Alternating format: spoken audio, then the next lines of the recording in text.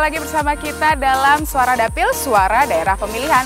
Kali ini, tim Suara Dapil berkesempatan untuk mengunjungi Provinsi Nusa Tenggara Timur yang beribu kotakan Kupang. Dan di belakang saya adalah taman yang dikenal oleh masyarakat sekitar dengan sebutan Taman Renungan Pancasila. Karena memang di Kabupaten Ende sendiri dikenal sebagai tempat bagi Bung Karno untuk merenungkan nilai-nilai dari Pancasila itu sendiri. Dan setelah ini, saya akan menemui salah satu anggota Dewan Perwakilan dari Provinsi Nusa Tenggara Timur, tepatnya dari Dapil NTT 1. Tapi sebelumnya, kita lihat terlebih dahulu profil dari Dapil NTT 1 berikut ini.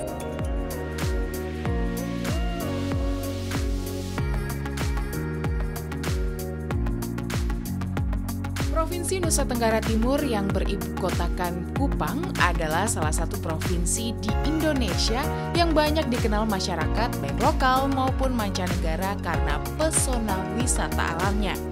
Di antaranya adalah Pulau Komodo di Nusa Tenggara Timur yang secara resmi oleh UNESCO diterima sebagai situs warisan dunia dan juga pesona Gunung Kalimutu dengan danau 3 warna yang mendunia.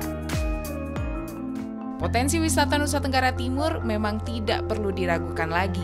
Keindahan pesona alam akan terus bisa dinikmati di setiap sudutnya. Terlepas dari kekayaan alam dan wisatanya, secara administrasi Provinsi Nusa Tenggara Timur terdiri dari 22 kabupaten dan kota dengan luas wilayah 48.718,10 km persegi. Provinsi yang terletak di Tenggara Indonesia ini merupakan gugusan kepulauan yang terdiri dari 550 pulau dengan 3 pulau utama, yaitu Pulau Flores, Pulau Sumba, dan Pulau Barat atau kerap disebut Timor. Masyarakat Provinsi Nusa Tenggara Timur sebagian besar memiliki mata pencaharian sebagai petani dan pedagang. Tidak jauh berbeda dari pemilu legislatif di tahun 2014, di tahun 2019, Provinsi Nusa Tenggara Timur dibagi menjadi 2 daerah pemilihan dengan alokasi 13 kursi. Dapil 1 meliputi Alor, Flores Timur, Sika, Ende, Ngada, Manggarai, Manggarai Timur, Manggarai Barat, Nagekeo. Pada periode pemilihan legislatif 2014-2019, salah satu wakil rakyat terpilih dari Nusa Tenggara Timur adalah Bapak Andreas Hugo Parera, anggota fraksi Partai Demokrasi Indonesia Perjuangan dari Dapil Nusa Tenggara Timur 1 dengan perolehan suara 49.198 suara.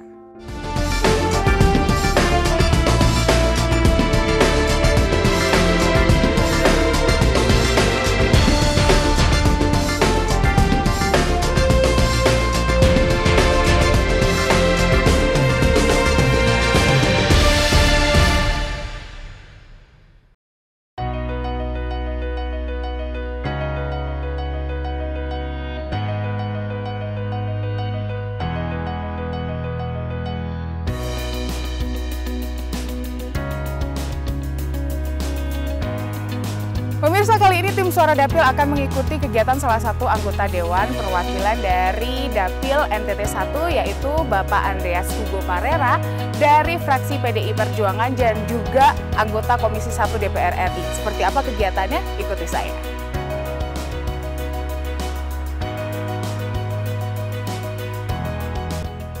Kegiatan Bapak Andreas Hugo Parera diawali dengan pemberian bantuan program Indonesia Pintar yang diperuntukkan bagi siswa-siswi kurang mampu, yatim, piatu, atau yatim piatu. Meski program tersebut adalah bagian dari program kerja pemerintah Presiden Joko Widodo, namun banyak masyarakat yang merasa peran Bapak Andreas untuk bantuan tersebut juga sangat besar. Aspirasi terkait kekurangan yang dialami oleh masyarakat di dapilnya benar-benar ia perjuangkan sepenuh hati ketika duduk sebagai anggota Dewan di gedung DPR RI. Terlihat meskipun berada di Komisi 1 DPR RI yang membidangi pertahanan, luar negeri, komunikasi dan informatika, serta intelijen, nyatanya perkembangan bidang pendidikan juga tidak lantas ia abaikan.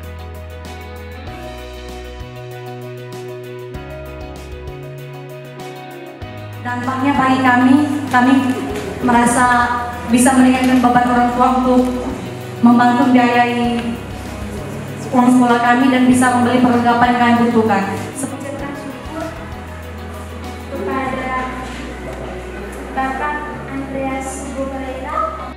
Bapak Andreas menampung semua aspirasi dari konstituennya dengan cermat untuk kemudian ia sampaikan kepada mitra kerjanya atau bahkan yang bukan menjadi mitra kerja di komisinya, namun bisa menjawab pertanyaan serta keluhan dari konstituennya. Selamat siang Bapak. Iya Pak, saya Nadia dari tim TV Parlemen dari Suara Dapil. Pak, tadi kita sempat melihat nih kegiatan Bapak sama teman-teman dari SMK Katolik Yosudarso. SMK Yosudarso ini program untuk dana bantuan program Indonesia Pintar kepada siswa SMK Yosudarso, SMK Katolik Yosudarso. Oleh karena itu pertemuan hari ini kami ingin mendengarkan masukan dari adik-adik ini yang berkaitan dengan dana tersebut. Jadi ini kami melakukan dialog yang berkaitan dengan pendidikan, terutama hal pentingnya pendidikan untuk generasi muda kita. Baik, untuk bisa nih, apa yang diharapkan untuk kedepannya bagi siswa-siswa di SMK Katolik Yosudarso kedepannya bisa disampaikan ke Pak Andreas mungkin? Yang diharapkan untuk kita di SMK Katolik Yosudarso ke depan ini memang perlu dilihat dengan fasilitas memang kita banyaknya yang kurang masih. Kita harapkan supaya kalau ada di SMK Katolik Yosudarso dapat juga. Yang kedua berkait dengan KIP, bagaimana dengan KIP kalau bisa volume jumlahnya ditambah lagi. Perlu dilihat dari kemampuan memang anak-anak kita banyaknya. Itu saja yang harus Perhatian yang harus dilakukan oleh pemerintah saat ini dalam bidang pendidikan ini perlu memperoleh perhatian khusus, termasuk juga manajemen di dalam pendidikan, Kementerian Pendidikan dan Kebudayaan maupun pemerintah Kementerian Pendidikan dan Kebudayaan, terutama di dalam hal penyaluran bantuan-bantuan termasuk yang program seperti program Indonesia Pintar ini, sehingga memang program ini bisa tepat sasaran. Agar semakin yakin jika program tersebut memang sudah tepat sasaran, saya dan Pak Andreas pun langsung menuju salah satu siswa penerima bantuan program Indonesia Pintar. Dia adalah Theo, yang merupakan satu dari 16 siswa penerima bantuan program Indonesia Pintar di sekolah SMK Katolik Yosudarso ND. Theo yang lahir di keluarga berekonomi rendah, merasa bantuan yang diberikan sangat tepat dan bermanfaat. Baik Theo maupun ayahnya pun berterima kasih atas perjuangan yang dilakukan oleh Pak Andreas, sehingga akhirnya bantuan tersebut bisa dirasakan anak-anak bernasib seperti Theo. Theo kan dapat program Indonesia Pintar nih, bantuan beasiswa. Gimana rasanya? Coba ceritain dong ke teman-temannya gitu, nonton acara ini. Rasanya sangat senang sekali karena program ini bisa membantu beban-beban dari orang tua yang mencari uang. Di sini ada Pak Andreas, Pak, dari DPR RI. Mungkin ada yang ingin disampaikan untuk kedepannya, mewakili Theo atau teman-teman yang juga mendapatkan program Indonesia Pintar seperti itu. Kami sebagai orang tua, mungkin Bapak sebagai DPR mungkin ke depan mungkin kami pikir lebih maju, mungkin lebih berbanyak lagi bagi kami orang yang kurang mampu. Program ini mereka dapat kalau sekarang Theo kelas berapa? Kelas 1. Jadi mereka akan memperoleh tiap tahun. Jadi selama kelas 1, kelas 2, dan kelas 3 gitu. Untuk menopang dari tadi yang saya bilang dukungan dari pemerintah melalui dana BOS itu untuk kolektif, tapi ini untuk mereka yang benar-benar membutuhkan yang sifatnya ke individu langsung.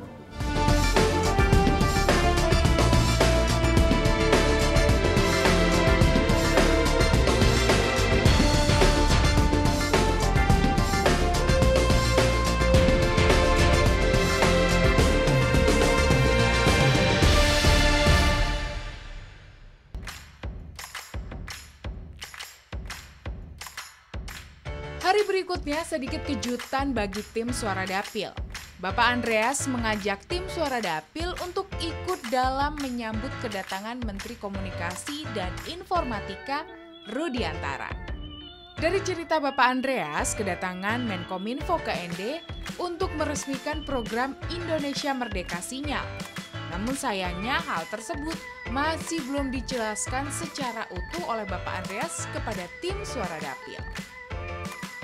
Setelah menyambut kedatangan Menkominfo di Bandara Haji Hasan Aro Busman ND, selanjutnya Bapak Andreas mengajak rombongan untuk berkunjung ke Keuskupan Agung ND untuk bertemu langsung dengan perwakilan pemuka agama yang ada di ND. Kegiatan pun masih berjalan, dilanjutkan dengan berkunjung ke lokasi-lokasi bersejarah di ND, yaitu Taman Renungan Pancasila dan Rumah Pengasingan Bung Karno. Karena memang ND merupakan tempat yang dipilih Belanda untuk mengasingkan Soekarno saat itu, yang justru membuatnya bisa merenungkan isi dari Pancasila.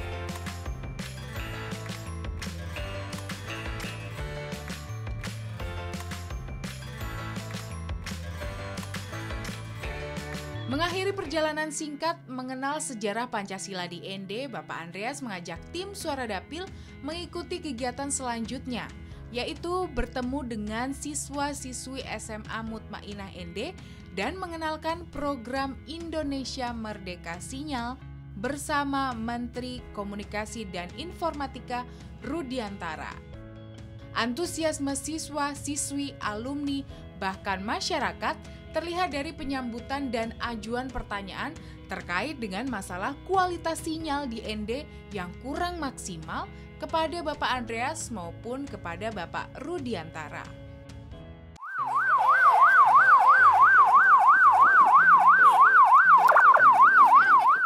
Keesokan harinya, kegiatan Bapak Andreas dengan Menkominfo Rudiantara masih berlanjut.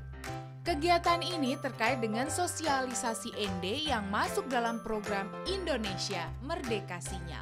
Lokasi sosialisasi program Indonesia Merdeka Sinyal berada di SMA Negeri Detu Soko, salah satu SMA negeri di Kabupaten ND yang lokasinya berada di puncak bukit, jalanan menanjak yang meskipun beraspal tapi masih banyak ditemukan lubang di sana-sini. Sekolah inilah yang beruntung untuk didatangi langsung oleh Wakil Rakyat Dapil NTT 1, Andreas Hugo Parera, dan juga Menteri Komunikasi dan Informatika Rudiantara. Setelah mengikuti dua agenda kunjungan yang dilakukan Bapak Andreas dan Bapak Rudiantara, kini saya sedikit mengerti. Program Indonesia Merdeka Sinyal adalah salah satu program yang digagas pemerintah untuk pemerataan kualitas sinyal di seluruh daerah di Indonesia. Tapi, untuk lebih jelasnya dan pastinya, saya akan berbincang langsung dengan Bapak Andreas dan Bapak Rudiantara di sela-sela kunjungan mereka. Selamat sore Pak Andreas. Halo Nadia, apa kabar? Baik, Pak Rudiantara. Selamat sore. Saya Nadia dari tim Suara Dapil TV Parlemen DPR RI, Pak. Ngawal beliau ya? Iya, saya mengikuti agenda Pak Andreas tadi, sempat juga melihat kegiatan bersama Bapak di salah satu sekolah peresmian tentang Merdeka Sinyal ya Pak. Seru sekali antusiasnya. Menyiapkan Merdeka Sinyal. Berarti kedepannya akan menjadi Indonesia yang benar-benar Merdeka Sinyal. Itu awalnya seperti apa sih Pak? Sampai akhirnya ND nih yang terpilih menjadi daerah. Sebetulnya kalau kita tahu kan tahun ini kita akan merayakan Hari Kemerdekaan ke-74 dari penjajahan. Nah, kalau internet waktu itu kita nyatakan harus tahun 2019 ini merdeka di level kabupaten. Artinya 514 kabupaten kota itu harus terhubung dengan jaringan tulang punggung. Insya Allah pertengahan tahun kita bisa selesaikan. Jadi bersamaan 17 Agustus merayakan kemerdekaan Indonesia sekaligus merdeka sinyal, tapi sampai dengan merdeka internet ya, sampai dengan level kabupaten setidaknya. Dan UNBK sangat membutuhkan itu ya untuk ujian nasional yang berbasis komputer. Iya. Justru pemikiran saya itu kita menggunakan internet tidak boleh hanya UNBK. Karena apa? Kalau UNBK itu di ujung saja. Kita harus menggunakan internet dalam proses belajar mengajar. Itu kenapa kami berpikiran membangun satelit sendiri dan menyediakan akses internet kecepatan tinggi. Di proses belajar mengajarnya jangan di ujiannya saja. Jadi sedari awal sampai di akhir ujian harus akses internet semuanya lancar. Benar-benar merdeka. Betul, bukan itu. Internet untuk kehidupan. Wah, benar sekali. Membuat bangsa kita nanti di masa yang akan datang menjadi bangsa yang petarung, yang kritis, lebih berinovasi. Internet itu salah satu cara untuk membuat anak-anak kita berpikir kritis, anak-anak kita berpikir inovatif. Kalau Pak Andreas sendiri melihat apa yang sudah diberikan dari Kominfo dengan adanya bantuan itu seperti apa Pak? Kedepannya harapannya kepada masyarakat? Ya, kita bicara dan menyampaikan pada Pak Menteri, pada Kementerian Kominfo, dan juga kepada Bakti tentang semua persoalan yang ada di sini, yang menyangkut ya di Flores, Lembata, dan Alor, di dapil saya. Tapi bukan cuma di dapil aja, kalau di DPR RI kita bicara secara ke-Indonesiaan. Dan salah satu case problem daripada ya sulit sinyal itu adalah di wilayah ini. Nah, ketika kita bicara dengan pemerintah, dalam hal ini Pak Menteri Kominfo, ya respon itu cepat. Dan saya merasakan betul bahwa di dalam proses ini mitra itu memberikan support kepada rakyat, menjawabi kepentingan masyarakat di dapil saya ini dengan cepat, dan kemudian juga kita lihat ada progres yang dirasakan oleh masyarakat.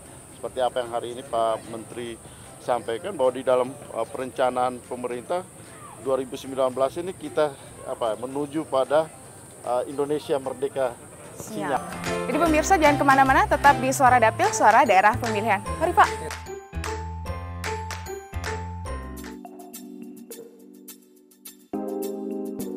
Dalam setiap kesempatan ketika ditanya apa sebenarnya tugas seorang anggota dewan, seringkali Bapak Andreas menjelaskan, tugas dewan adalah berbicara. Berbicara dengan makna, menyampaikan apa yang diresahkan, dikeluhkan, dan menjadi masalah di masyarakat. Sehingga, untuk memperjuangkan itu, seringnya ia melakukan pertemuan dengan masyarakat ketika berada di dapilnya, agar setelahnya Bapak Andreas dapat benar-benar berjuang sebagai anggota dewan. Selepas melakukan serangkaian kegiatan bersama Menteri Komunikasi dan Informatika Rudiantara, kegiatan selanjutnya adalah mendengarkan aspirasi dari paguyuban purnawirawan polisi di Kabupaten Ende NTT. Karena itu, bagaimana sistem atau cara pengawasan yang dilakukan oleh DPR pusat, provinsi maupun kabupaten. Meskipun hari semakin larut, ternyata kegiatan Bapak Andreas belum berhenti. Ia masih menyempatkan hadir di acara sederhana namun hangat, menyapa masyarakat di Kelurahan Kelimutu, Kabupaten Ende. Berbagai masalah yang tengah mereka hadapi seperti semakin berkurangnya pasokan ikan, meskipun Ende adalah salah satu wilayah yang berbatasan langsung dengan laut, menjadi tugas baru yang didapat Pak Andreas untuk diperjuangkan kembali. Menyempatkan diri untuk menikmati suasana Ende adalah salah satu cara saya agar terus mengingat kota Ende yang penuh dengan sejarah, di mana kota ini menjadi tempat bagi sang proklamator untuk merenungkan nilai dari ideologi dasar dalam kehidupan bagi negara kita, Indonesia. Wah, sepertinya yang sedang menikmati sore di Ende bukan cuma saya dan tim Suara Dapil tentunya, tapi juga Bapak Andreas yang terlihat sedang duduk santai bersama anak-anak muda generasi milenial Ende. Sepertinya seru nih kalau saya bergabung. Berdirinya negara Kesatuan Republik Indonesia ini, kita tahu bahwa salah satu tempat penting lahirnya Pancasila itu di kota Ende. Pernah belajar nggak? Pernah. Nah, karena tahun 1930 sampai 1934 Bung Karno dibuang oleh Belanda ke kota Ende. Nah, selama dia di Ende, selama Bung Karno di Ende pada waktu itu, nah Bung Karno sering melakukan renungan, meditasi namanya. Saya bersekolah dari jenjang SD, SMA, SMP, SMA, bahkan di perguruan tinggi pun saya hanya mendengar sekilas tentang adanya Pancasila. Kira-kira ya Pak ya, kalau menurut Bapak bisa tidak kalau Bapak menjelaskan itu adanya dilambangkan dengan gambar Garuda itu seperti apa sejarahnya itu Bapak? Jadi kalau kita lihat kembali ke sejarah ya, burung Garuda itu kan simbol dari kekuatan, keperkasaan. Tapi ini ada cerita juga, katanya di Kelimutu itu ada namanya elang Kelimutu.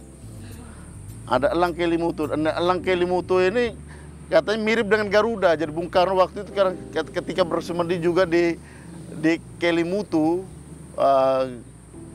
katanya Bung Karno juga sering melihat ada namanya elang Kelimutu itu yang juga perkasa, dan ini juga mirip dengan Garuda.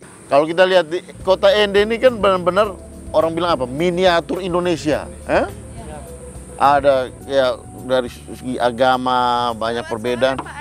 Halo Nadia, apa kabar? Baik, halo teman-teman semuanya. Kenalin nih, saya Nadia dari tim Suara Dapil dari TV Parlemen. Bhinneka Tunggal Ika itu membuat kita merasa diri warga negara Indonesia, jadi kita semua bersatu, jadi tanpa harus memisahkan kalau ini yang Katolik, ini yang Islam, dan ini suku ini tanpa harus memisahkan seperti itu. 100 ya? Untuk siapa namanya Nona? Kita kasih tepuk tangan dulu. Tetap di Suara Dapil, suara daerah pemilihan.